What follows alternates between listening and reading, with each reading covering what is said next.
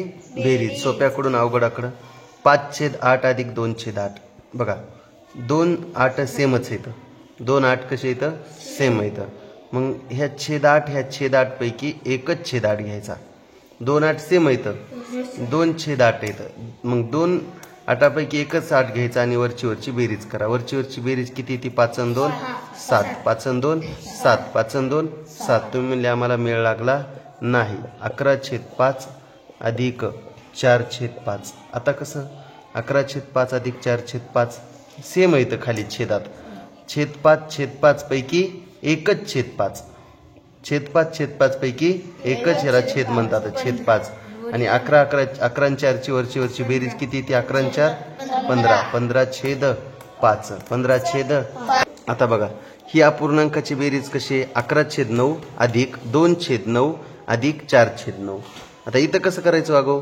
छेद 9 सगळे सेमच येतं मग सगळ्या छेद 9 पैकी एकच छेद 9 लिहायचा आणि वरची काय करायची बेरीज करा मग वरची बेरीज किती येते 11 आणि 2 13 11 आणि 2 13 13 आणि 4 17 13 आणि 4 17/9 आता इकडे बघा 5/12 अधिक 3/12 अधिक 8/12 अधिक 5/12 बरोबर किती काय नाही छेद 12 पैकी एकच छेद 12 बघा छेद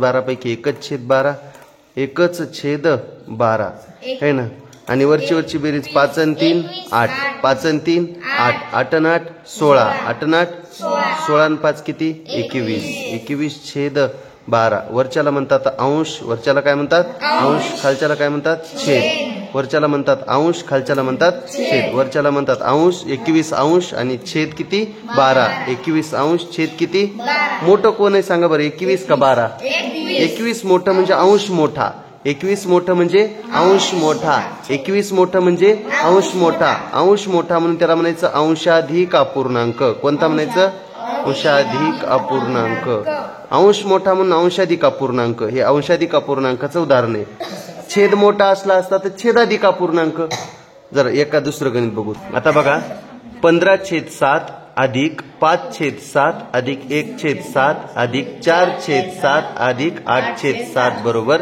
किती आता बघा छेद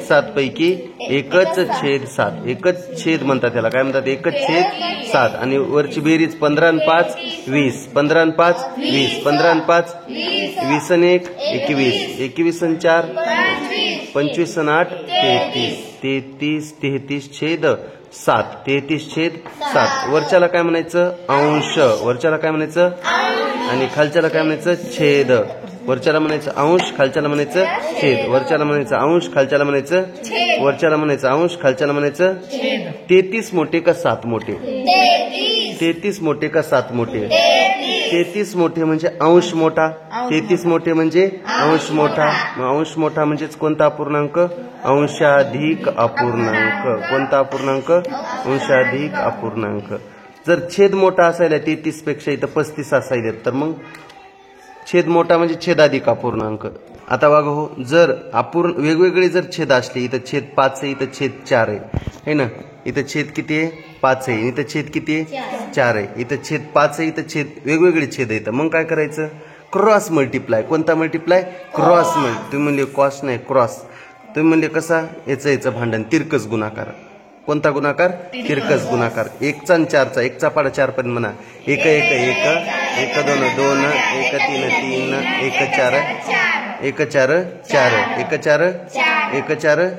1 4 प्लस आता ह्याचा न्याचा गुणाकार करा 3चा पाडा 5 पर्यंत म्हणा 3 7 3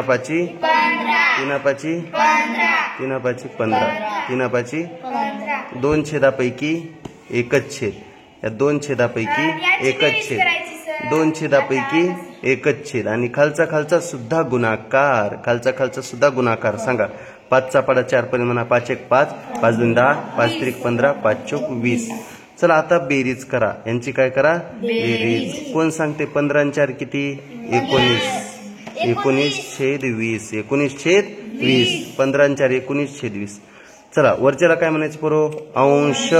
आणि खालच्याला काय म्हणायचं? छेद. वरच्याला काय म्हणायचं? अंश. वरच्याला म्हणायचं अंश, खालच्याला म्हणायचं कोण मोठं? 19 मोठे का 20 मोठे? 19 मोठे का 20 मोठे? 20 मोठे म्हणजे छेद मोठे. 20 मोठे म्हणजे मग त्याला म्हणायचं छेदाधिक. काय म्हणायचं? छेदाधिक अपूर्णांक. छेदाधिक अपूर्णांक. छेदाधिक छेदाधिक. सोपं आहे का अवघड आहे सांगा? 7 नंबर बघा. 1/5 अधिक 8/11. दे चला. इथं छेदात 5 आहे, इथं छेदात किती आहेत? 11 आहेत. सेम आहेत का? मग तिरकस गुणाकार करा. सेम. 1चा पाडा 11 पर्यंत म्हणा. 11 1 11. 1चा पाडा 11 पर्यंत म्हणजे 11चा 1 पर्यंत. 11 1 11 1 11. 11 1 हे प्लस आहे तर प्लस द्या. तिरकस गुणाकार केल्यावर प्लसचं चिन्ह. तिरकस गुणाकार केल्यावर प्लसचं चिन्ह. तिरकस गुणाकार केल्यावर प्लसचं चिन्ह. चला 8चा पाडा 5 पर्यंत म्हणा. 8 पंचे 40. 8 पंचे 8 पंचे 8 पंचे माशीलाच फिरायला या. माशीला मार बरं वागा एकदा. 8 पंचे 40. 2 छेदापैकी एकच छेद. 2 छेदापैकी एकच छेद. 2 छेदापैकी 2 छोट्या पोळ्या खाण्याच्याऐवजी एकच मोठी पोळी खायची. 2 छेदापैकी एकच छेद. आणि खालचा सुद्धा गुणाकार. 11चा पाडा 5 पर्यंत म्हणा. 5चा 11 पर्यंत म्हणजे 11चा 5 पर्यंत म्हणा. 11 1 11. 22. 11 3 33. 11 4 11 5 55. चला वरची बेरीज कोण सांगते किती येते? 40 आणि 10 50. 40 आणि 10 50 आणि 1/55. 51/51. वरच्याला काय म्हणायचं? अंश. आणि खालच्याला काय म्हणायचं?